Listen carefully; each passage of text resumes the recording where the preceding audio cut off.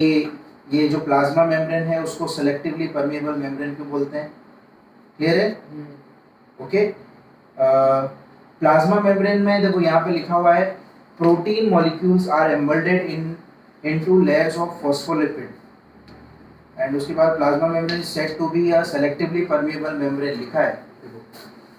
It is allow some substance to enter the cell while prevent other substance। जैसे कि मैंने आपको अभी एग्जांपल बता दिया कि ये इन दोनों को तो अलाउ कर देगा, लेकिन बाहर से सल्फर डाइऑक्साइड, नाइट्रोजन डाइऑक्साइड या दूसरे कोई मॉलिक्यूल आए तो उनको अलाउ नहीं करेगा। आया समझ में? ये क्लियर है? इसलिए इसको सेलेक्टिवली परमेबल मेम्ब्रेन। तो एग्जाम में आएगा डिफाइन सेलेक्टिवली परमेबल मेम्ब्रेन, या स्टेटमेंट लिखने के लिए आए तो कर लोगे? Okay. Next, if any changes occur outside the cell, the cellular environment does not change due to the plasma membrane. This condition is called homeostasis। homeostasis का मतलब होता है कि अगर environment में कुछ change आया, मान लो टेम्परेचर बढ़ गया समर सीजन में या विंटर सीजन में टेम्परेचर एकदम से डाउन हो गया, तो प्लांट को बचाएगा कि नहीं? प्लांट बचा रहेगा कि नहीं? या फिर प्लांट उस टाइम पे डेड हो जाएगा? प्लांट सरवाइव करता है। कैसे कर पाता है सरवाइव? इस होम्योस्टेसिस करके एक जो कंडीशन है उसकी वजह से वो सरवाइव कर पाता है। मतलब जो प्लाज्मा मेम्ब्रेन है वो अंदर की तरफ से इन सारे ऑर्गेनेलिज को, मैं इसकी बात कर रहा हूँ, इन सारे ऑर्गेनेलिज को वो प्रोटेक्ट करता है। आया समझ में? कब प्रोटेक्ट करेगा? इन एडवर्स कंडीशन। आया समझ में? एडवर्स कंडीशन का मतलब क्या है कि एनवायरनमेंट में कुछ चेंजेस आया, क्लाइमेटिक चेंजेस आया या एनवायरनमेंट में कुछ चेंज आया, जैसे टेम्परेचर बढ़ गया, इस साल मान लो समर का टेम्परेचर हो गया 45 डिग्री सेल्सियस, 50 डिग्री सेल्सियस, उसमें भी वो सरवाइव करेगा। ठीक है? एक लिमिट तक वो सरवाइव करेगा। और ये सरवाइव कौन करवाता है? उसको ये बचाता है, प्लाज्मा मेम्ब्रेन। आया समझ में? क्लियर? नेक्स्ट पार्ट है इसका एंडोसाइटोसिस। नेक्स्ट पार्ट क्या है?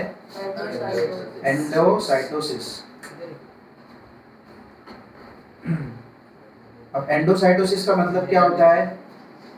The gulf and engulf food and other substance from outer environment. Endocytosis का मतलब है कि बाहर से कोई बाहर से कुछ फूड या फिर कुछ अंदर एंटर करने की कोशिश करता है या अंदर एंटर करता है, तो उसको हम उस कंडीशन को क्या बोलते हैं? एंडो का मतलब अंदर, साइटोसिस का मतलब फूड का अंदर एंटर करना। आया समझ में? एक्सोसाइटोसिस का मतलब है to excrete waste material out of the cell. अभी देखो, एक प्लांट फूड कंज्यूम कर रहा है, प्लांट भी कंज्यूम करता है, पता है ना, रूट्स के थ्रू या मिनरल्स वगैरह, फूड भी सन के थ्रू भी करता है ना। हाँ, सन रेज से तो वो सिर्फ फोटो मतलब लाइट लेता है फोटोसिंथेसिस के लिए, पर एक्चुअली जो फूड और जो मिनरल्स आते हैं वो फ्रूट से आते हैं। वो फूड एक्चुअली वो इससे लेता है, सॉइल से। आया समझ? हाँ, डिसॉल्व फॉर्म। ठीक है? तो बेसिकली एंडोसाइटोसिस का मतलब समझते हो? When food is entered from environment to cell. Food कहाँ से एंटर कर रहा है? एनवायरनमेंट से सेल के अंदर, तो उसको बोलेंगे हम एंडोसाइटोसिस। ये मिट जाएगा। ओके, समझ आया? एंडोसाइटोसिस का मतलब क्या है?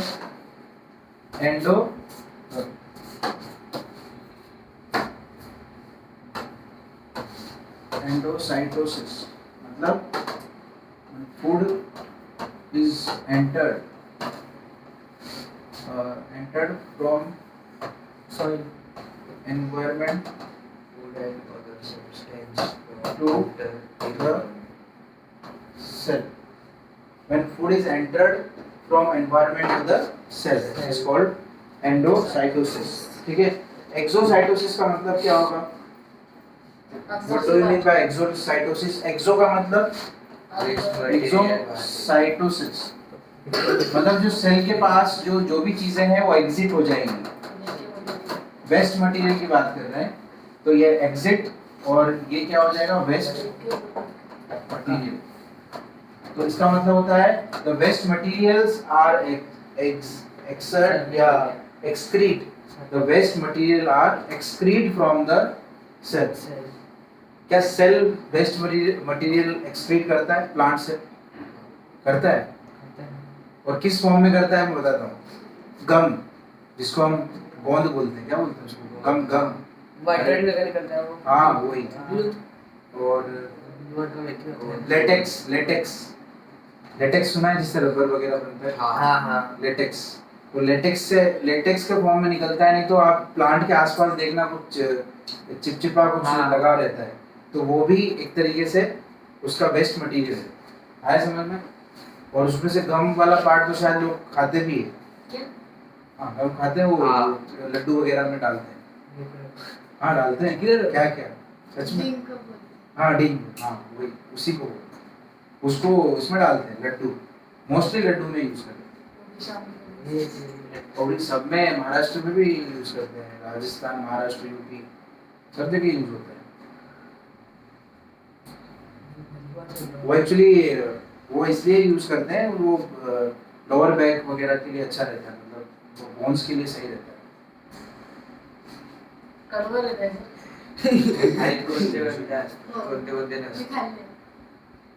कड़वा तो नहीं रहता है, थोड़ा चिपचिपा जैसा, चिंगम जैसा। चिंगम जैसा लगता है। कुछ प्लांट्स का कड़वा है। Okay, next, the process those that don't consume cellular energy. ठीक है, देखो यहाँ पे आगे देखो, the process those that don't consume cellular energy. अब बेसिकली यहाँ दो तरीके के प्रोसेस है, एक है अपना डिफ्यूजन और दूसरा है ऑस्मोसिस। डिफ्यूजन एंड ऑस्मोसिस के बारे में आपने सुना है? डिफ्यूजन क्या होता है, ऑस्मोसिस क्या होता है? डिफ्यूजन का मतलब है एंट्री और exit of small molecules like oxygen and CO2। ठीक है, अभी जैसे ये जो सेल है इसमें ऑक्सीजन और, सुनो, ऑक्सीजन बाहर जाएगा और CO2 अंदर आएगा। आया समझ में? ऑक्सीजन कहाँ आएगा? बाहर की तरफ ऑक्सीजन बाहर जाएगा और ये CO2 अंदर जाएगा। ठीक है, सो इस प्रोसेस को the exit and enter, when some amount or some molecules are entered or exit from the cell, क्या लिखेंगे? when CO2 and oxygen molecules are exit and entered from the cell is called diffusion. diffusion का मतलब समझते हो? जब CO2 अंदर cell के अंदर जाएगा और ऑक्सीजन सेल से बाहर आएगा, तो इस प्रोसेस को हम क्या बोलेंगे? डिफ्यूजन। आया समझ में? डिफ्यूजन, जो गैसेस है वो डिफ्यूज हो रही है, एक अंदर जा रही है और एक बाहर की तरफ आ रही है। आया समझ में? ओके, अभी नेक्स्ट है ऑस्मोसिस। अब ऑस्मोसिस का मतलब होता है व्हेन एनी फ्लूइड, या फ्लूइड बोल सकते हैं या फिर ऑक्सीजन बोल सकते हैं या फिर important substance which is coming out from the cell, cell से बाहर आने के लिए इसको, इसकी परमिशन लेनी पड़ेगी। इसकी ये क्या है? This is cell membrane. इसको क्या बोलते हैं? Cell membrane. Cell membrane. इस सेल मेम्ब्रेन का जब उसको परमिशन लेना पड़ेगा, when important molecules are entered or exit via through, मैं वाया की बात कर रहा हूँ, वाया समझते हो? वाया सेलेक्टिवली परमिएबल मेम्ब्रेन, मतलब सेमी परमिएबल मेम्ब्रेन जो है या प्लाज्मा मेम्ब्रेन, उसकी परमिशन के थ्रू वो मॉलिक्यूल्स को एग्जिट और एंटर करवाएगा। उस प्रोसेस को हम ऑस्मोसिस बोलेंगे। डिफ्यूजन में डायरेक्टली डिफ्यूज हो जाती है, ये जाएगी ये आएगी, मतलब ये गैसेस अंदर गई और बाहर आ गई डायरेक्टली विदाउट एनी परमिशन। लेकिन जब इसकी परमिशन के थ्रू ये जाएगा, मतलब when the molecules are exit और entered through semi permeable membrane, this process is called osmosis. आया समझ में? डिफ्यूजन और ऑस्मोसिस सेम है, पर सिर्फ इतना रहता है कि इसमें है ना, इसकी परमिशन लेनी पड़ती है। इसकी प्लाज्मा मेम्ब्रेन। आया समझ में? तो जब प्लाज्मा मेम्ब्रेन की परमिशन लेनी पड़ेगी तो उस केस में प्रोसेस आएगा ऑस्मोसिस। क्लियर है? सर डिफ्यूजन कहाँ से आता है? डिफ्यूजन मैंने वही बताया ना, डिफ्यूज का मतलब होता है एक जगह से दूसरी जगह मूव करना या उधर से रिटर्न आना, ऐसा भी हो सकता है। आया समझ में? तो अंदर किस जाता है? अंदर वो पोर्स होते हैं उसके अंदर, तो उन पोर्स के थ्रू वो एंटर करता है। ठीक है, ये समझ में आ गया ऑस्मोसिस क्या होता है? वैसे तो ऑस्मोसिस की डेफिनेशन होती है व्हेन द फ्लूइड और gases move from lower concentration to higher concentration through a semi permeable membrane, it is called osmosis. जब लोअर कंसंट्रेशन से हायर कंसंट्रेशन की तरफ मूव करता है सेमी परमेबल मेम्ब्रेन के थ्रू या प्लाज्मा मेम्ब्रेन के थ्रू, उस प्रोसेस को हम ऑस्मोसिस बोलते हैं। आया समझ में? लोअर कंसंट्रेशन मतलब एक तरफ कंसंट्रेशन बहुत कम है, जैसे मान लो एक एग्जांपल लेता हूँ, एक तरफ सॉल्ट है, मान लेते हैं एक तरफ सॉल्ट है, एक तरफ वाटर है, लेकिन इधर सॉल्ट नहीं है। आया समझ में? जैसे एक एग्जांपल लेता हूँ, जैसे आपकी बॉडी में सॉल्ट की कमी हो जाती है तो आप सलाइन चढ़ाते हो। हाँ, चढ़ाते हो, सलाइन चढ़ाया कभी आपने? कब चढ़ाया है सलाइन? डेली महीने में 1-2 बार। महीने में 1-2 बार। बीमार पड़ते हो? वीकनेस आती है? वीकनेस क्यों आती है? और वीकनेस आती है तो डायरिया जैसी प्रॉब्लम आती है, उसमें कोई हंसने वाली बात नहीं है, जो है सो है।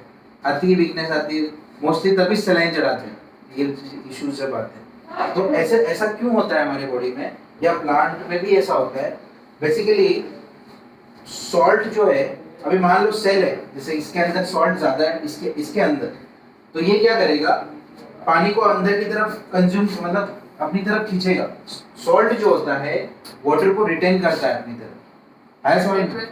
हाँ, सॉल्ट है, जैसे मान लो सॉल्ट की कंसंट्रेशन सेल के अंदर क्या है, मोर। है समझ में? और यहाँ है लेस, सेल के अंदर ज्यादा है सॉल्ट की कंसंट्रेशन और इधर कम है। ठीक है, तो क्या होगा उस केस में, बेसिकली ये जो सेल है वो पानी को अपनी तरफ खींचेगा। सॉल्ट क्या करता है, पानी को खींच लेता है। इलेक्ट्रोलाइट क्या करते हैं, पानी को खींचते हैं। तो आपको नॉर्मल पानी नहीं चढ़ाते डॉक्टर, आपको सलाइन वाला पानी चढ़ाते हैं। सलाइन वाला पानी चढ़ा, सलाइन का मतलब सॉल्ट, नमक का पानी चढ़ाते हैं। आया समझ में? अभी शायद आपको पता था कि नहीं, पर नमक वाला पानी आपको चढ़ाते हैं। नमक का पानी पी नहीं सकते ना, वो डायरेक्ट आपके नसों में इसमें जाता है। सर, लेकिन अगर नमक का वो तो खा नहीं सकते क्या? नमक कम की बात नहीं, वैसे ही बोल रहा हूँ मैं। अभी आपको डायरेक्टली आपके ब्लड में नमक की कमी हो गई या इलेक्ट्रोलाइट्स की कमी हो गई तो आपको वीकनेस आएगी उस केस में। तो वो क्या करते हैं, डायरेक्टली सलाइन चढ़ाते हैं। सलाइन का मतलब वो सॉल्ट सॉल्यूशन। ठीक है, अब ये जो सॉल्ट है अगर सेल के अंदर ज्यादा है, मान लो सेल के अंदर ज्यादा है, तो ये क्या करेगा, पानी को खींचेगा अपनी तरफ। इसको मैं ऐसा लिख देता हूँ, अंदर की तरफ ज्यादा है सॉल्ट, यहाँ ज्यादा है, और यहाँ पे सॉल्ट क्या है, यहाँ सॉल्ट कम है, तो ये पानी अपनी तरफ खींचेगा, तो जो सेल है वो फूक जाएगा, मोटा हो जाएगा। उसको बोलते हैं टर्जिड कंडीशन। अरे इधर उधर देख क्या रहे हो, उस कंडीशन को क्या बोलते हैं, टर्जिड। टर्जिड मतलब फूलना। ठीक है, सेल उस टाइम पे फूल जाएगा। अब मोस्टली अगर हम सॉल्ट कंज्यूम करते हैं तो हमारी बॉडी बेसिकली मतलब स्ट्रेंथ फील करती है, एनर्जी रहती है। अब आपने देखा होगा जो एथलीट्स होते हैं या फिर जिम में देखा होगा आपने, कलरफुल जिम तो कभी गए नहीं होंगे, पर कभी आप घूम के आए हो या कहीं स्पोर्ट्समैन को देखा होगा, उनके हाथ में वो BCAA रहता है। BCAA या इलेक्ट्रोलाइट्स वो यूज करते हैं, या उनके पास वो पैकेट्स भी रहते हैं, इलेक्ट्रोलाइट्स के पैकेट मिलते हैं ना मार्केट में। सो बेसिकली वो क्यों यूज करते हैं, क्या रीजन है, क्यों यूज करते हैं वो सब? नमक कम होता है एनर्जी के लिए। यस, एनर्जी के लिए। एनर्जी के लिए कैसे, मतलब एनर्जी कहाँ से मिलेगी? तो नमक है ना, सो वो इलेक्ट्रोलाइट का मतलब होता है सॉल्ट। सॉल्ट का मतलब क्या होता है पता है? इलेक्ट्रोलाइट। ठीक है, अब ये इलेक्ट्रोलाइट जो है ये मार्केट मतलब सॉल्ट इलेक्ट्रोलाइट के फॉर्म में मार्केट में मिलते हैं, तो हमें लगता है यार वो तो सॉल्ट, वो तो मतलब सॉल्ट नहीं है, कुछ और ही है। इलेक्ट्रोलाइट अलग चीज होती है, सॉल्ट अलग चीज होती है, लेकिन ऐसा नहीं है, इलेक्ट्रोलाइट को ही सॉल्ट बोला जाता है। आया समझ में? तो बेसिकली ये क्या करते हैं, अब आप बोलोगे घर से नमक डाल के लेके आ गए तो क्या दिक्कत है, लेकिन उसमें सिर्फ सोडियम होता है, बाकी पोटेशियम वगैरह कहाँ से मिलेगा? तो पोटेशियम, कैल्शियम, मैग्नीशियम वो भी तो मिलना चाहिए ना। तो बेसिकली उसकी रिक्वायरमेंट कंप्लीट करने के लिए, या जब आप एक्सरसाइज करोगे या जब भी मतलब, तो आप पानी पीते हो उस टाइम पे? पानी पीते हो कि नहीं? एक्सरसाइज या आप मान लो क्रिकेट खेलने गए हो या कोई कोई स्पोर्ट्स आप खेलने के लिए गए हो, तो आपको थोड़े टाइम में थकान हो जाती है, तो वाटर कंज्यूम करते हो कि नहीं? पानी पीते हो? पर तो ज्यादातर वो जो पानी है बेसिकली, वो पानी इसके लिए इसके अंदर रिटेन होना चाहिए, हमारी बॉडी के अंदर रिटेन होना चाहिए। नहीं होगा तो क्या होगा? एनर्जी चली जाएगी, एनर्जी प्रॉपर नहीं मिलेगी। इसीलिए जब भी सेल के अंदर सॉल्ट की कॉन्सेंट्रेशन ज़्यादा होती है तो उस टाइम पे हमें एनर्जी प्रॉपर फील होती है, अच्छे से हम मतलब हेल्दी फील करते हैं, एनर्जी रहती है हमारे अंदर। लेकिन जब आपको वीकनेस आ रही है, इसका मतलब आपके बॉडी में सॉल्ट की कॉन्सेंट्रेशन क्या हो गई है? कम हो गई। आया समझ में? तो यही कंडीशन में आपको समझाने के लिए अभी ये डायग्राम्स आपके सामने आप देख सकते हो। इसके अंदर सर इसके पीडीएफ भेजने पड़ेगी क्या मुझे, ये या वीडियो भी है तो उसमें भी देख सकते हो? ठीक है, ओके। हाँ, अब हमको अगर बाल में डैंड्रफ है तो तकलीफ के बाद क्यों होता है? मतलब ये कौन सा डाउट आ गया? सेल, ये सेल कहाँ से आ गई इसमें? ऐसे यूट्यूब पे देखा था क्वेश्चन। वो मैं बाद में बता दूंगा। अभी डेंड्रफ कहाँ से आ गई है? हाँ ना। ये कहाँ का डाउट तुम किधर लेके आए?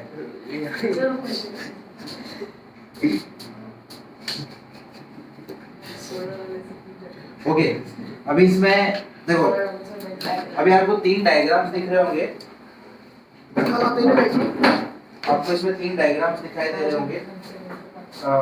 ये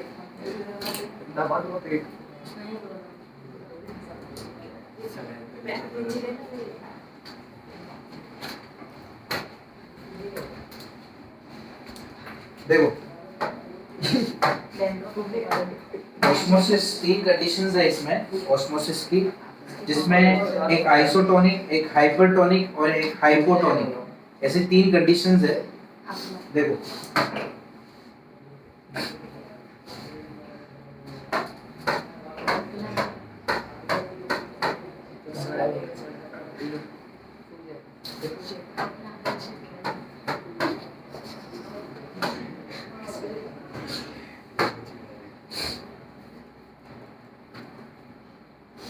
सर वो ब्लड सेल है ना?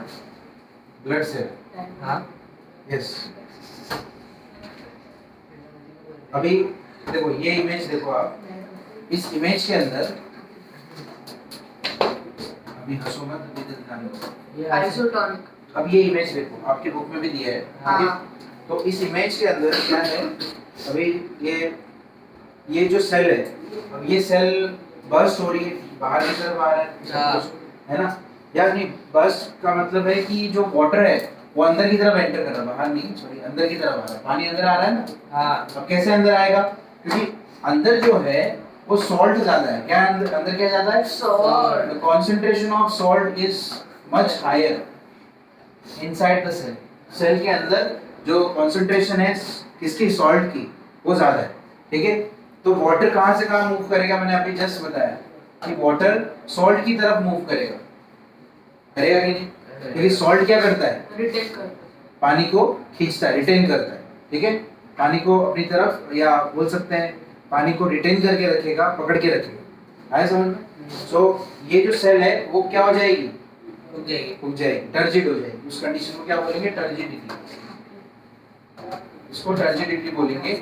और ऐसे टाइप के सॉल्यूशन को हम बोलते हैं हाइपोटोनिक सॉल्यूशन। क्या बोलते हैं उसको? Hypotonic solution. आपकी बुक में शायद दिया है हाँ। हाइपोटोनिक। तो हाइपोटोनिक का मतलब क्या है? The concentration is more inside the cell and the concentration of salt is less outside of the cell. यहाँ ज़्यादा होगी, यहाँ पे कम होगी। So water is entered from surrounding to cell. मतलब बाहर से किधर आएगा? अंदर। वाटर अंदर की तरफ आएगा। देखो लिखा हुआ भी है हाइपोटोनिक में, देखो क्या लिखा हुआ है? The cell has less water than the outside medium. Cell के अंदर वाटर क्या है? कम होगा स्टार्टिंग में। देखो सेल के अंदर स्टार्टिंग में क्या है? सिर्फ पानी। पानी है, हाँ। सारा पानी किधर है, बाहर की तरफ है या नहीं? देखो मैंने लिखा है वहाँ हाँ, पे। तो सेल के पास सिर्फ क्या है, सॉल्ट है, सॉल्ट है। तो वो क्या करेगा, अट्रैक्ट रिटेन। हाँ वो पानी को अंदर की तरफ खींचेगा। लेकिन स्टार्टिंग में है क्या, सेल के नहीं। अंदर पानी नहीं है। तो इसमें क्या लिखा हुआ है, cell the cell has less water than outside medium, so water enter the cell। क्या वाटर एंटर कर रहा है सेल के अंदर? राइट। हाँ। तुम ध्यान तो दो, इसमें लिखा है so water enter the cell, this is called endoosmosis। इस कंडीशन को हम क्या बोलते हैं, जब वाटर बाहर से अंदर की तरफ एंटर करेगा, बोलो क्या बोलेंगे? एंडोऑस्मोसिस। ऑस्मोसिस। एंडोऑस्मोसिस, ठीक है। एंडो मतलब अंदर की तरफ एंटर करना, ठीक है। And if raisin are kept in water, देखो आपको पता भी होगा कि जब आप वो रेजिन सुना है? हाँ। किशमिश, हाँ किशमिश हाँ, सुना है? हाँ। किशमिश को भिगोते हो कभी, भिगोया? हाँ हाँ हाँ या बादाम को भिगोया होगा है? हाँ तो बादाम की जो साइज होती है उससे बढ़ जाती है। हाँ या फिर आप किशमिश को भी भिगोया होगा, वो किशमिश इतना सा रहता है वो अंगूर बन जाता है। देखा है क्या? हाँ हाँ। सच में होता है, मतलब अंगूर से किशमिश बनता है, फिर किशमिश से अंगूर भी बन जाता है। स्किन भी निकालती है। क्या? हाँ, उसके स्किन भी निकाल देना बादाम की। टकला के देती है। हाँ वो ठीक है, लेकिन मैं इसमें किशमिश की बात कर रहा हूँ, रेजिन्स की बात कर रहा हूँ। जो रेजिन्स है पानी में भिगो के देखना, अगर आपके पास घर पे है तो आप भिगो के एक बार ट्राई कर लेना। होता है, बड़ा बड़ा होता है। बड़ा हो जाता है साइज, मतलब वो पानी को क्या कर लेता है, रिटेन कर लेता है, कंज्यूम करता कंज्यूम कर।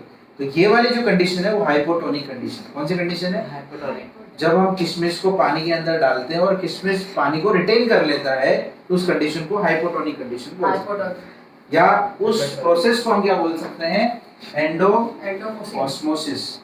एंडो कॉस्मोसिस। कॉस्मोसिस नहीं, ऑस्मोसिस। एंडोमोसिस। वही कैसे रहा? अरे इधर किधर आ गया? ओके, अभी नेक्स्ट है, नेक्स्ट वाला कौन सा है? आइसोटोनिक। अब ये न्यूट्रल रहेगा। न्यूट्रल का मतलब क्या? न इधर न इधर, न ज्यादा न कम, ठीक है। मतलब क्या होगा, इनसाइड द सेल और आउटसाइड ऑफ द सेल जो है, सॉल्ट की कंसंट्रेशन क्या होगी? सेम। पानी दोनों तरफ सेम होगा। वाटर इधर भी उतना ही होगा और इधर भी उतना ही रहेगा। उतना ही रहेगा। दोनों सेम रहेगा। आया समझ में? और इसी सेम कंडीशन को हम बोलते हैं आइसो का मतलब होता है सेम, टॉनिक मतलब सॉल्यूशन। पोल्यूशन। सॉल्यूशन, सॉल्यूशन नहीं, सॉल्यूशन, सेम सॉल्यूशन। तुम इधर आ जाओ, बस तुम्हारी कमी है इधर। यार मेरा एक वीडियो में एक ही बारे में फेमस हो जाऊंगा। यार ना वीडियो ऐसा ओके नेक्स्ट, आइसोटोनिक समझ में आया? The concentration is same outside and inside the cell. Okay next वाली कंडीशन देखो, बस अभी बात है।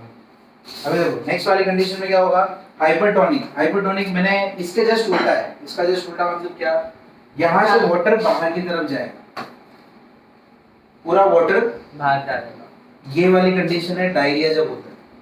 डायरिया। डायरिया सुना है? हाँ। यस।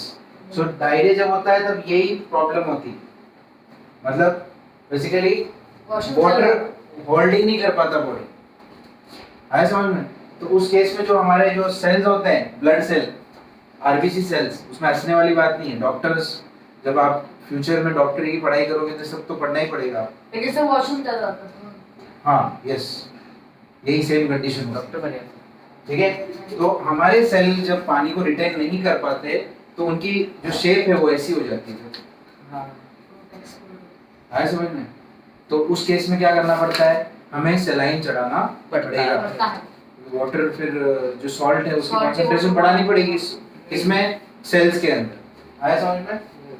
तो इस कंडीशन को हम बोलते हैं हाइपरटोनिक कंडीशन। तो क्या लिखोगे, the concentration of water inside the cell is very less and water is exit from the cell. Cell से बाहर की तरफ जाएगा। तो इस कंडीशन को जब एग्जिट होगा तो उस कंडीशन को क्या बोलेंगे, एक्सोऑस्मोसिस। होगा कि नहीं एक्सोऑस्मोसिस? हाँ होगा। समझ आया? आपको। नेक्स्ट, साइटोप्लाज्म क्या होता है? साइटोप्लाज्म, मेरे प्लाज्मोलाइसिस पर मतलब प्लाज्मोलिसिस भी देख लेते हैं। प्लाज्मोलिसिस में क्या होता है? The cell has more water than the outside medium, so water comes out of the cell. If fruit piece are kept in thick saturated sugar solution, एक फ्रूट का पीस है, जैसे कि आपने देखा होगा मुरब्बा वगैरह, है मुरब्बा, मुरब्बा। अरे मुरब्बा वो इसका बनता है ना, क्या बोलते हैं उसको, आंवले का, हाँ वो शुगर में हाँ समझा समझा।